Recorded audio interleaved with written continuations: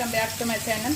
మనకు ఇంట్లో ఏం కూర లేనప్పుడు అసలు ఏం వండాలనో అర్థం కాదు కదా. ఇక ఉల్లిగడ్డలు ఇట్లా మంచిగా కలుపుకొని చిన్నగా ఉడికించుకోవాలి.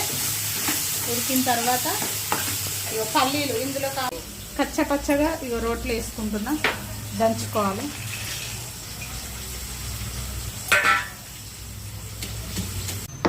ఇవి రోట్లో వేసే దంచాలి. వక్కలు ఉంటే పంట కింద తలుగుతుంటే టేస్ట్ వస్తాయి కదా. ఇవి రోట్లోనే దంచుకోవాలి. మిక్సీలో వేస్తే మెత్తగా అవుతాయి, కొంచెం వక్కలు ఉంటాయి అనుకోవద్దు. మనం ఇట్లనే వేసుకోవాలి. అందులో వేస్తే పొడి పొడి అయిపోతుంది. ఇందులో అల్లం వెల్లిపాయ పేస్ట్ వేసిన తర్వాత పసుపు మంచిగా కలుపుకున్న తర్వాత కారం వేస్తా. ఉప్పు ఉడికేటప్పుడు వేసిన తొందరగా ఉడుకుతుంది ఉల్లిగడ్డ అని కారం వేస్తున్నా.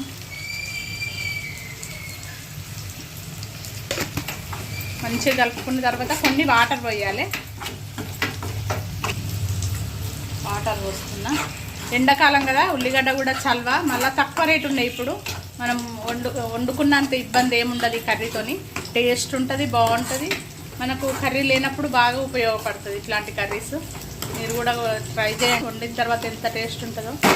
ఇట్లా మగ్గుతుంది. మంచిగా మగ్గిన తర్వాత పల్లీలు ఇది వేస్తున్నా. ఇది పల్లీలన్నీ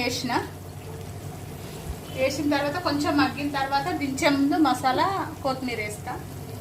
మా అత్తమ్మ బాగా వేస్తుండే, ఎందుకంటే మేము మహారాష్ట్రలో ఉన్నాం. చపాతీ ఎక్కువ తింటుంటే మాట, అందుకే చపాతీ మీకు బాగా వేస్తుండే. అన్నంలో కూడా బాగా టేస్ట్ ఉంటుంది. మీరు ఒకసారి ట్రై చేయండి. ఇది ఒక్కసారి తింటే ఎన్నోసార్లు చేసుకోవాలనిపిస్తుంది.